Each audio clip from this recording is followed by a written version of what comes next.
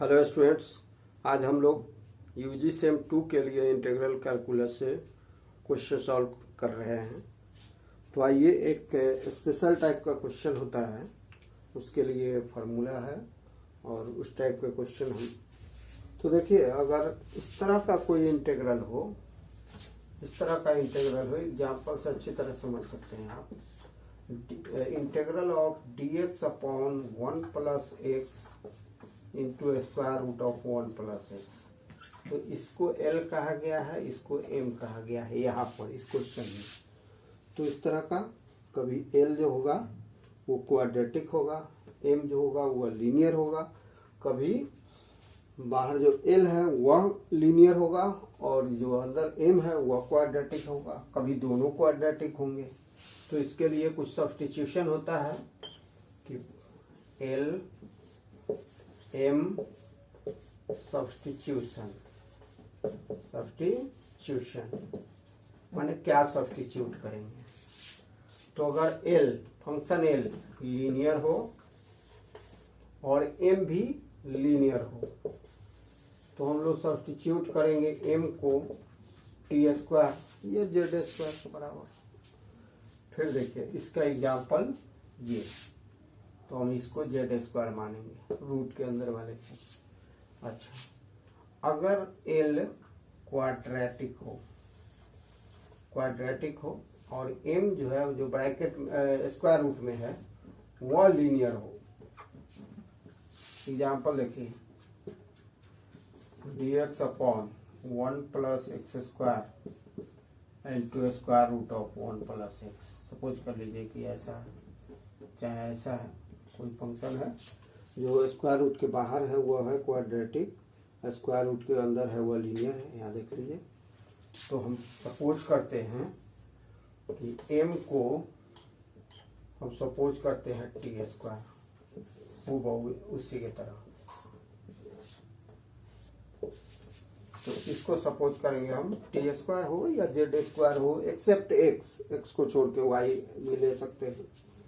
अब अगला देखिए, इस टाइप का क्वेश्चन हो, dx अपॉन ये लीनियर हो 1 प्लस एक्स और रूट के अंदर में क्वाड्रेटिक हो, ऐसा सपोज कीजिए। तब क्या लेंगे? तो ये m का वैल्यू है, ये L का वैल्यू है, तो ये है लीनियर जो स्क्वायर रूट के बाहर है, स्क्वायर रूट के अंदर है क्वाड्रेटिक। तो हम क्या लेंगे? तो लीनियर L को लेंगे 1/t ले लीजिए, y ले लीजिए, कुछ भी 1/। इसको लीजिए, इसको लेंगे आप 1/t सपोज करेंगे। यहाँ पर 1 plus x equal to T square लेंगे। फिर अगला है कि यदि L भी क्वाड्रेटिक माने रूट के बाहर भी क्वाड्रेटिक और रूट के अंदर भी क्वाड्रेटिक इस तरह का हो, एज फॉर एग्जाम्पल ये dx by x square plus 4 into square root of x square plus 9, इस तरह का हो। यहाँ पर देखिए L है, ये M है, तो दोनों क्वाड्रेटिक हो तो क्या सपोज करेंगे? तो हम सपोज करेंगे ये M है, L है, M by L equal to T square, M by L equal to T square, सब में टी रखे हैं। चलिए, तो ये फार्मूला बहुत ही इम्पोर्टेंट है। इस तरह का इरेशनल फंक्शन का इंटीग्रेशन जो होगा उसमें किस तरह से सब्स्टिट्यूट करेंगे ये हमने सीखा।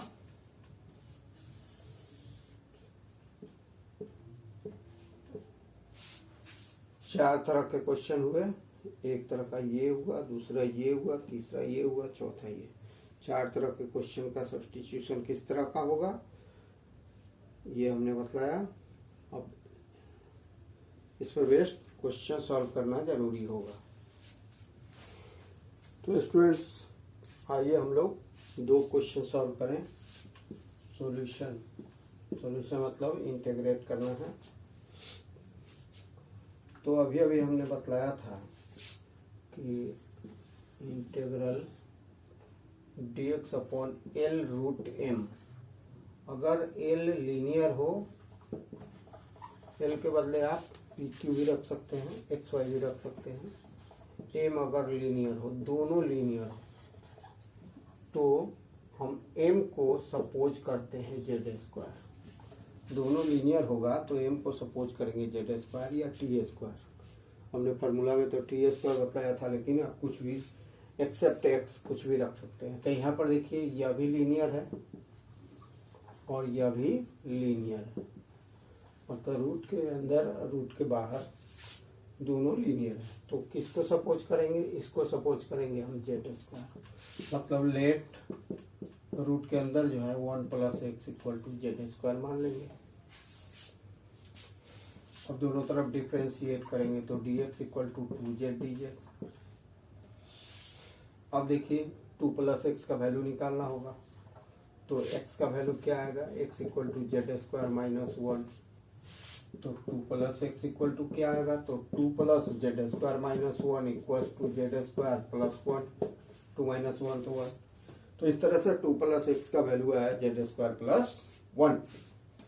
And so integral I = dx के प्लेस पर क्या रखेंगे हम?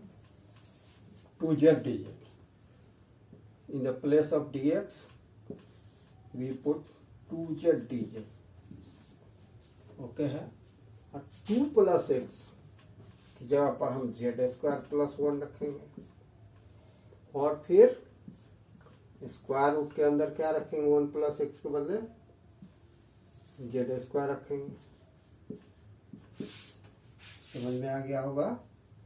अगर दोनों लीनियर हो तो स्क्वायर रूट के अंदर जो होगा उसको हम z² t² y² कुछ भी रख देंगे। फिर दोनों को डिफ्रेंशिएट करेंगे, फिर x का वैल्यू निकालेंगे और z² का टर्म में लिखेंगे। देखिए इंटीग्रेट करते समय जो वेरिएबल नया वेरिएबल है न्यू वही रहेगा, हर एक में z रहेगा, ओल्ड वेरिएबल x नहीं रहेगा। अब देखिए इसका वैल्यू क्या आता है? 2 × z dz / z² + 1। और स्क्वायर रूट ऑफ z क्या हो जाएगा? z² क्या होगा? z होगा। इस z से इस z को काट दीजिए तो ये हो जाएगा 2 × dz / z² + 1 स्क्वायर लिख दीजिए। आप इंटीग्रल जानते हैं, इंटीग्रल dx / x² + a² क्या होता है? ये होता है 1/a tan 1x/a। ऐसा होता है।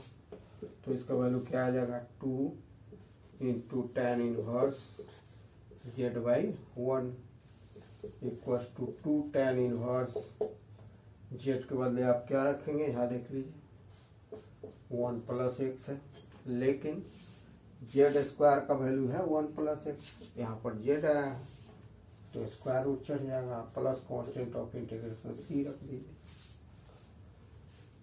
तो यही आपका सॉल्यूशन हुआ इस क्वेश्चन का।